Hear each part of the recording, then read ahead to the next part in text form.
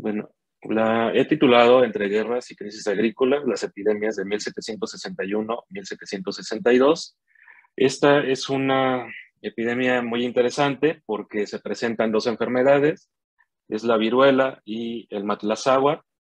Esta enfermedad que ha también generado discusión y debate entre médicos y historiadores, antropólogos, para descifrar qué tipo de enfermedad era. Se ha llegado a un consenso de que era el tifo, este, esta fiebre que era muy común en temporada de guerras y en poblaciones que tenían muy malas condiciones de higiene. Anteriormente, el tema de las epidemias pues era un tema muy abandonado. Bueno, también ya se consideraba que muy trabajado las epidemias de la Nueva España, y a partir de la pandemia del COVID pues se resurgieron estas problemáticas, estos temas. Anteriormente solo lo había tocado desde el enfoque o el campo de la demografía y había descuidado algunas referencias de 5 a 10 años anteriores a la epidemia, y estuve haciendo un seguimiento que es muy interesante porque hay toda una serie de condiciones climáticas a nivel mundial y a nivel regional de la Nueva España, que posiblemente incidieron en la virulencia de las dos enfermedades y a la vez también en la aparición de estas pandemias. Por ejemplo, en el contexto mundial, España, bueno, Europa está involucrada en la Guerra de los 7 Años, del 56 al 63, es cuando ocurre este conflicto, y pues se involucran varias coronas de Europa, entran en conflicto, y algunos historiadores, algunos estudiosos de este periodo, pues la consideran como una primera guerra mundial, teniendo en contexto este mundo o esta conexión entre monarquías del siglo XVIII. Los elementos más interesantes son los conflictos que se trasladan hacia territorios o hacia las colonias, territorios conquistados o colonias, como en el caso de la corona francesa, la inglesa y la española. Para el caso de la monarquía española, pues dos elementos que van a preocupar al virreinato de la Nueva España y al virrey en turno, que es el virrey de Croix, es la toma de La Habana, y cuando atacan Filipinas se ocupan Manila, que ahí van a tener el control también de esta comunicación entre el Pacífico, y que era como un puente entre América y el continente asiático. Estas condiciones de conflicto armado de La Habana y Manila pues van a preocupar y van a presionar la corona española al virrey, e incluso el virrey en época, bueno, cuando están cundiendo las epidemias, el virrey se va a trasladar al territorio de Veracruz, este territorio que está en la costa es una zona costera en el Golfo de México que tiene cercanía con la isla de Cuba. ¿Por qué? Porque tienen la idea de que si ya tomaron La Habana, tomaron Manila, pues es muy probable, o tienen este temor de que ocupen el territorio continental y ataquen o controlen ciertos espacios de la Nueva España. En la Nueva España, ¿qué está pasando antes de que se aparezcan estas epidemias? Del 55 al 60 es un periodo muy interesante en cuestión del clima. Hay un registro de falta de lluvias, principalmente en el Valle de Puebla, Tlaxcala, y al siguiente año lo que sorprenden son las granizadas, también en este espacio que es Puebla y Tlaxcala. Es interesante porque en Puebla y Tlaxcala se encontraban pueblos, villas y una de las ciudades más prósperas de la Nueva España, que es la ciudad de Puebla, que era vecina también entre la Ciudad de México y era un puente entre Veracruz y la Ciudad de México. De hecho, pues Puebla se caracterizó por ser un centro nodal del comercio y zona de producción de grano, e incluso se llegó a comparar y pues tiene ahí un problema de competencia entre la Ciudad de México y la Ciudad de Puebla, una especie de competencia urbana. ¿Qué ocurre en el año del 56? También hay un registro de carencia de granos, de carne, aumento de precios del maíz, principalmente en la zona de Tlalmanalco. La zona de Tlalmanalco se encuentra, bueno, anteriormente se encontraba cerca del lago de Chalco, una zona importante de producción de maíz y de trigo, la entrada también de productos o de alimentos hacia la Ciudad de México.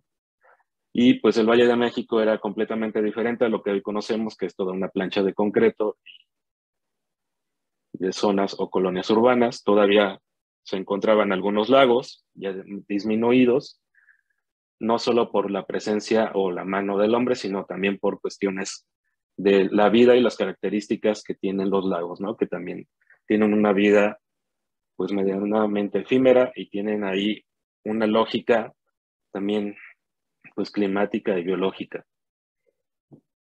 La zona de Tlalmanalco y de Chalco pues, se encuentra hacia la zona oriente o suroriente, que se encuentra aquí. Ahora es una zona pues, que ya no tiene estos cuerpos de agua y actualmente esta memoria biológica o memoria espacial pues se sigue presentando en temporada de lluvias o de cuando hay remanentes de tormentas tropicales. Es una zona que es muy propensa a inundaciones.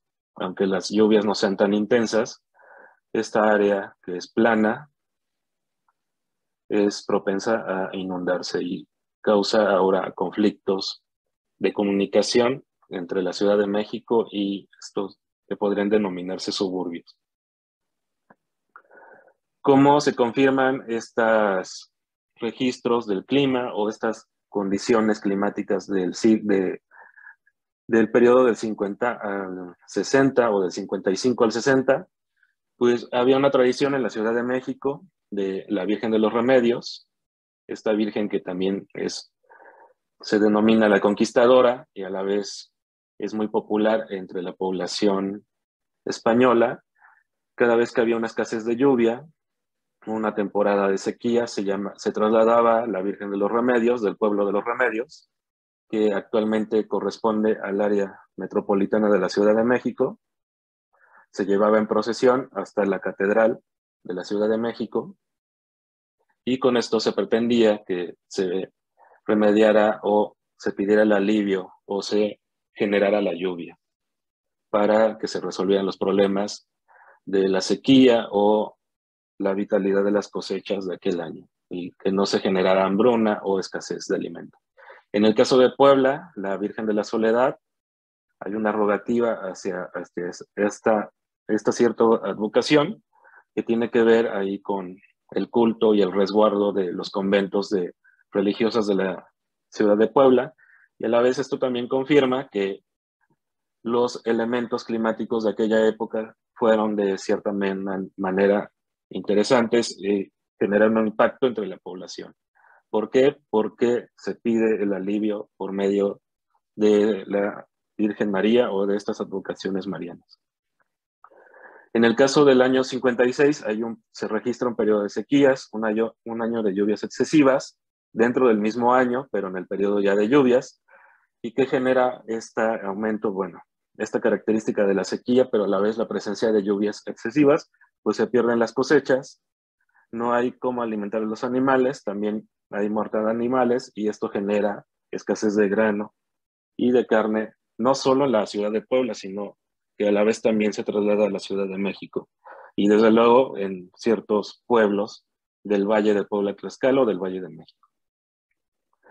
En el Valle de México y el Valle de Puebla, para el año 60, el año anterior a las epidemias, Aunque es interesante porque ya para el año de 1760 ya se registran algunos brotes en la zona de pueblos que corresponden al actual Veracruz, pero también se generan o hay registros de noticias de sequía, la carestía de maíz, que se genera una hambruna, y ahí hay una alza del precio del maíz de 15 a 28 fanegas.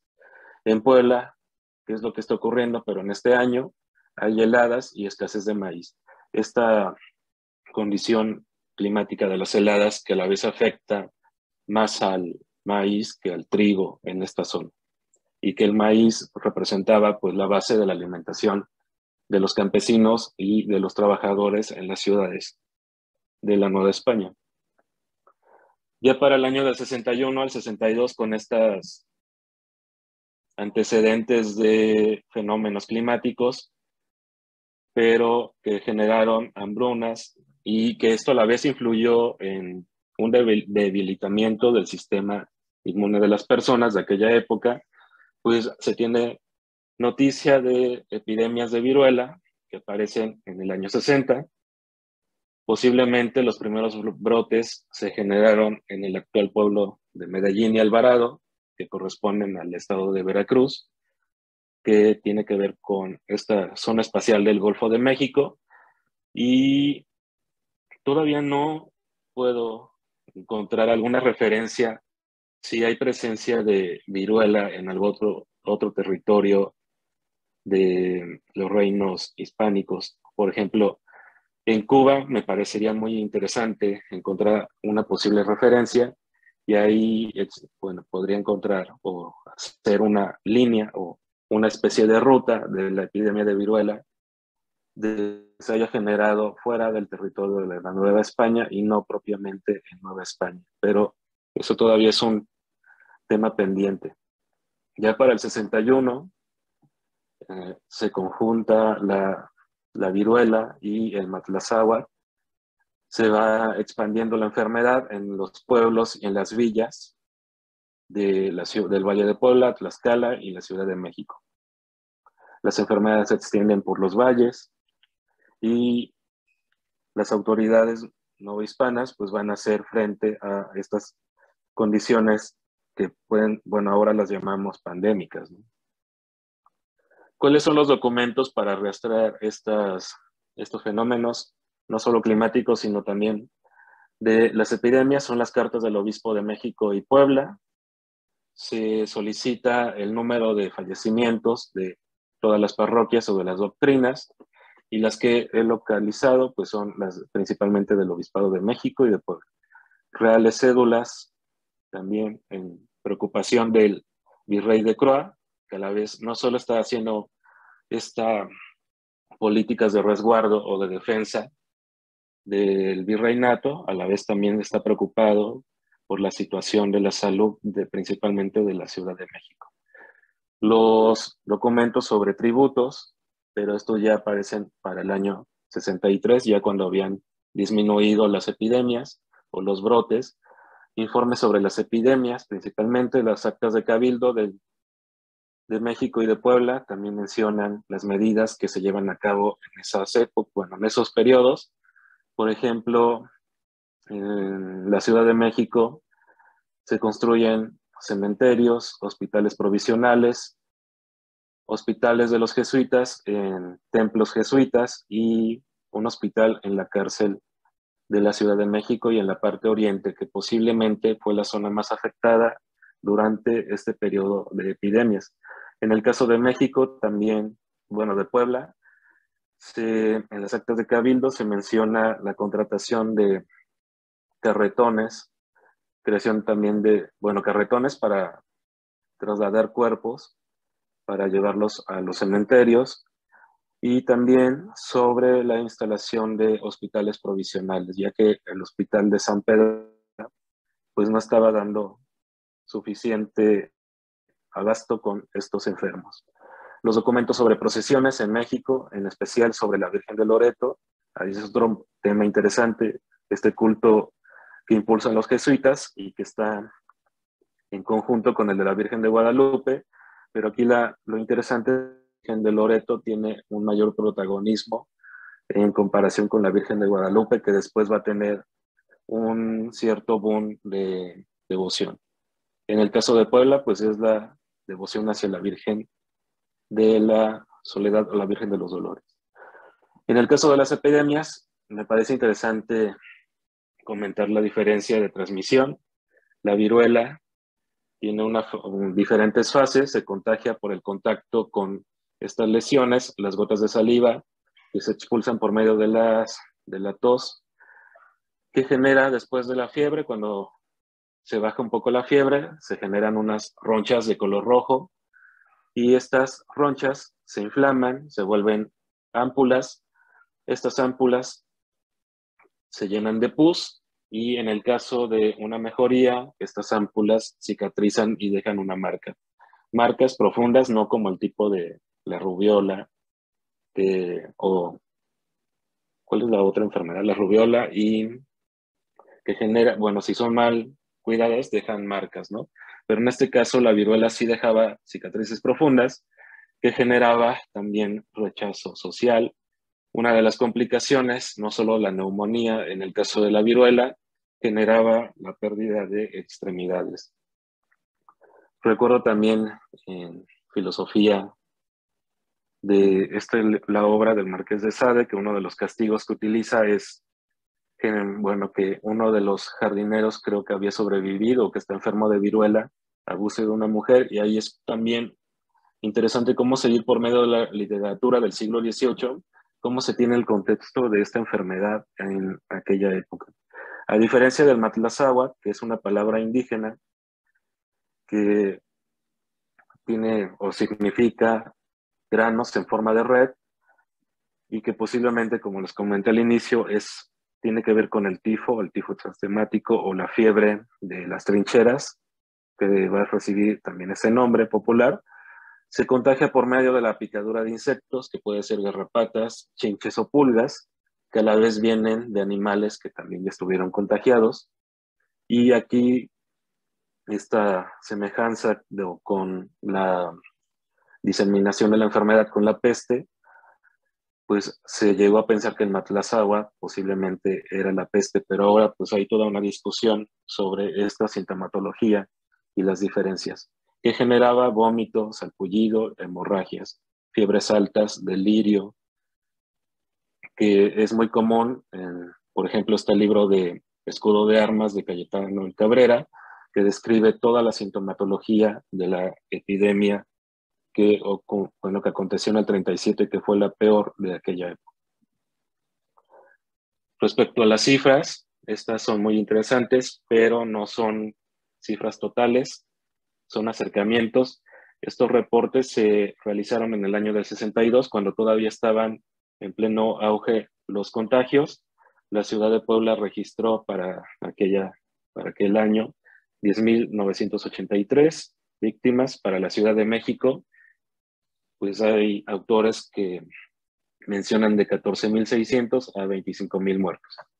Lo interesante es que no son registros que se hayan realizado al final de las epidemias, sino que se llevaron a cabo o se emprendieron durante la fase más crítica de la epidemia. En cuanto a las devociones, no solo fue la intervención de la Virgen de Loreto o de la Virgen de los Remedios o la Virgen de los Dolores. Pues también me parece que hay toda una serie, una lista de procesiones, novenas y devociones. Por ejemplo, el Cristo de Santa Teresa, pero como los contagios no disminuyen, se dirigen a otra advocación, por ejemplo, la Virgen de Loreto. No funciona un poco o no están viendo resultados, entonces una novena, se dedica a una novena a San Roque. Se pide también una misa a la Virgen de los Remedios, a la Virgen de Guadalupe. En el caso de la Virgen de la Soledad, para el caso de Puebla, o de Jesús Nazareno, o el Señor de los Milagros. Esto es, pues, muy recurrente, o no es tan específico, de que no solo se dedique hacia una virgen o hacia el Cristo de Santa Teresa, sino que, pues como no van disminuyendo los contagios o no que es lógico porque es una época en la que no hay medicinas, no saben cómo tratar los síntomas y pues los hospitales no son como los de el siglo XX, siglo XXI, en el que sí eran espacios para curación. Recordemos que los hospitales en la Nueva España pues eran solo para pues pues para mantener supuestamente un espacio más digno y tener una muerte cristiana, más que generar un resultado positivo en cuanto a la salud. Y esto es lo que ocurre pues en la situación hospitalaria relacionada con las devociones de la Ciudad de México y Puebla durante estas epidemias. ¿Qué pasa en el periodo post-pandémico? Pues noticias de enfermos todavía hay en el 63, en la provincia de Yucatán, que eran los territorios más alejados, también para el Bajío y las misiones de Baja California. ¿Cómo se sabe de las misiones de Baja California o el territorio de California? Por los informes y las correspondencia de los jesuitas que están en estas misiones. Los pueblos, por ejemplo, de Chalco, Sultepec, Temazcaltepec, Tlalmanalco, solicitan el perdón de tributos por pues lo que había ocasionado las epidemias del 61 y 62, como es la ausencia de personal trabajador o que podía elaborar el campo. Y ya para el caso de Puebla y México, pues reportaron el mayor número de decesos o de muertes. Y con esto terminaría.